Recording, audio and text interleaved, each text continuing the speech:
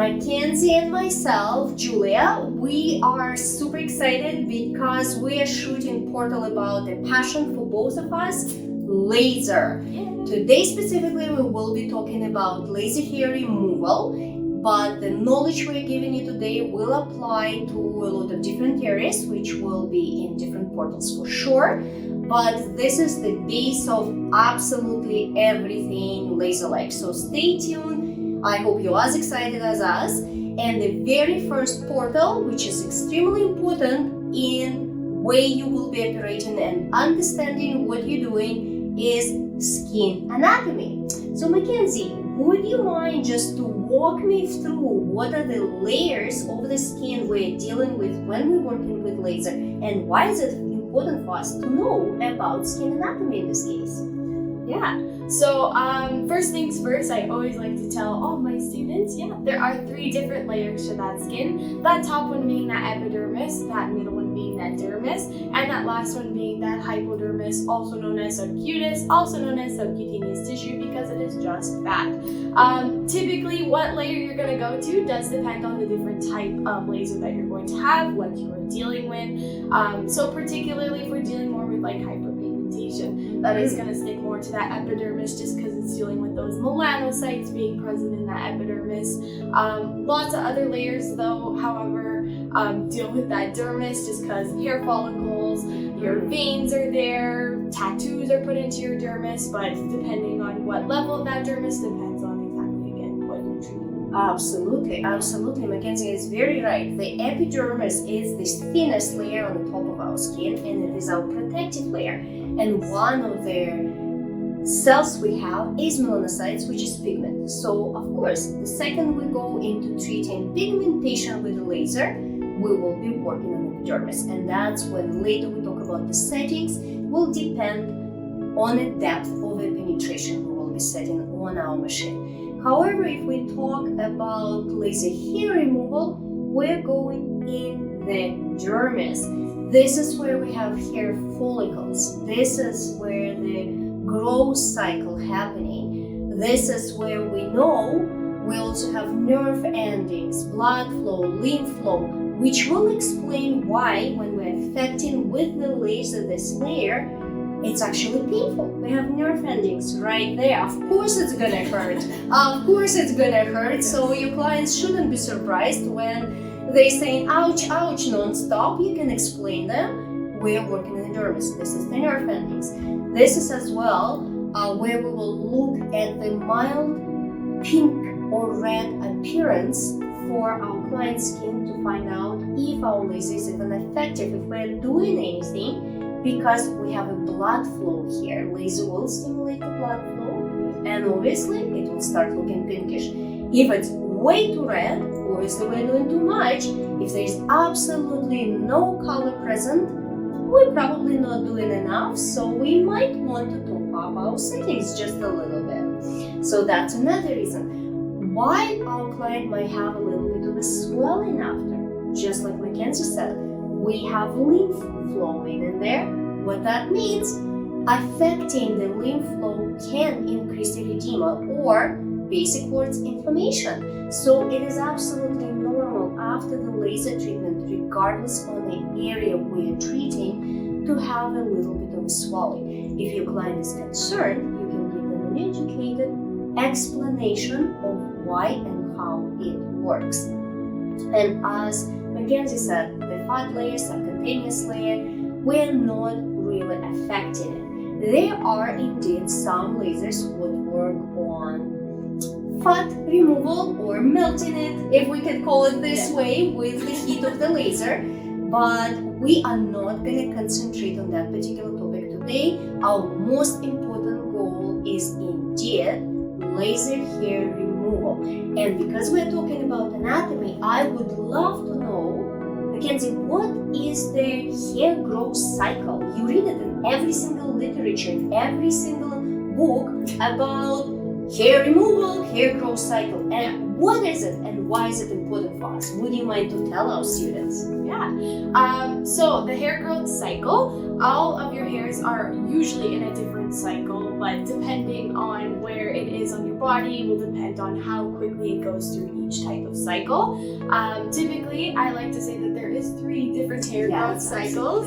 Our first one being our anagen phase, also known as that growth phase.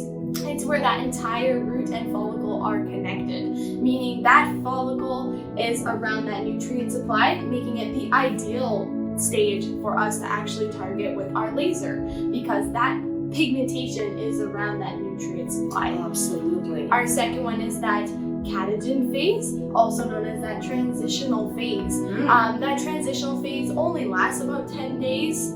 For a little quick reference, that is that very quick of that transitional phase, but that's just where that pigmentation essentially goes away from that nutrient supply and creates a clump of hair, making it not ideal for laser per se, but laser is still attracted to pigmentation and can sometimes target that, but it won't cut off any nutrient supply. And that last one being that telogen phase, also known as that shedding or resting phase. When it creates its own clump of hair, it can then shed out, and then that bulb where it has that nutrient supply can create a new hair follicle, meaning that, again, depending on if it's more in that anagen phase or not transitioning, we can technically target that with laser a little bit, but it's more that anagen phase that we're going to be targeting that hair follicle. Absolutely. As you know in many videos already, I absolutely love to bring analogies in real life, so it maybe helps you to remember. So when I look at anagen phase, because it's a fancy word which is very easy to forget,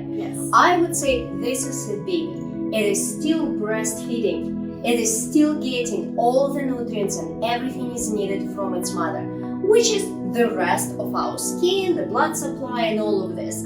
It is in this I'm gonna grow, I'm gonna be awesome stage. It is still getting the feeding. The next one, catagen, is, you know what, the young and rebellious teenager. It still kind of needs its mommy to give them food, right? Once in a while, dry them somewhere, but it's already somewhat detached from that supply. It is trying to be independent and somewhat already kind of halfway there. It's not exactly the grown-up, it's not the baby anymore, it's kind of hanging there.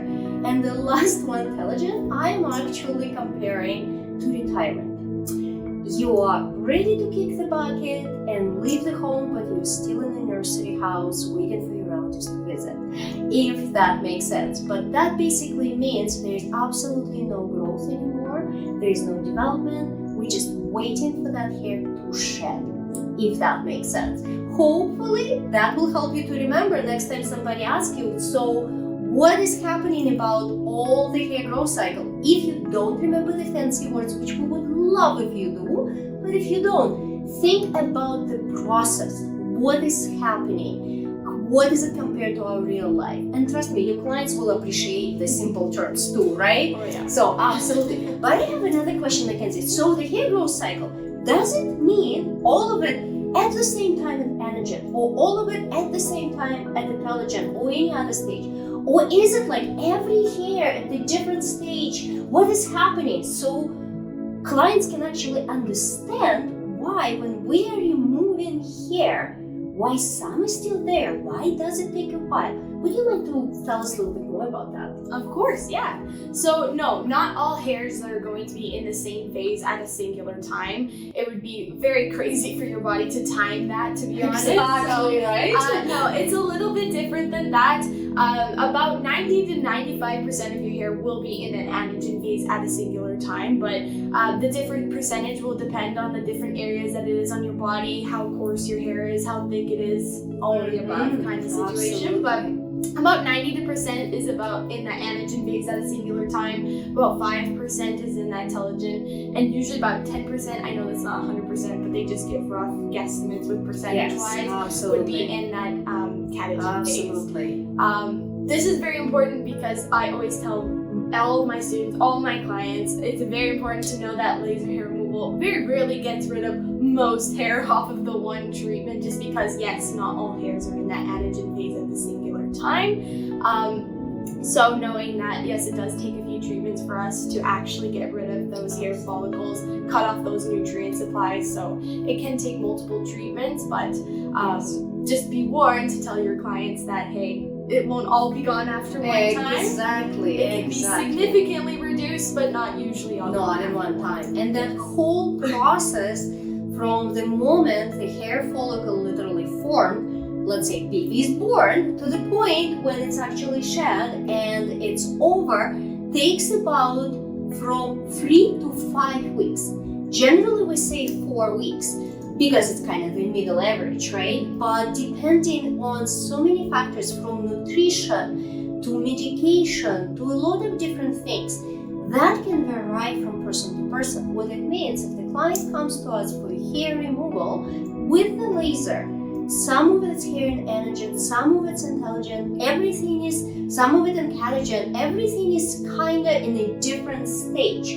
But that cycle will keep moving. Let's say next month, when they come in, we will catch another part of the hair. So we're constantly catching something different. That's why a lot of clients will experience patchiness. They will have a treatment, some of it is gone, they come back and say, why do I look like this? It's patchy. That's exactly why. Because the hair grows in different stages, in a different moment. As Mackenzie beautifully said, I loved it, it's impossible for our body to have it all at the same time. And it is fantastic that everything happens simultaneously in the different stages. But that's about it for today, for the skin anatomy and hair growth cycle. We hope you enjoyed it. Stay tuned because there's way more to learn about lasers.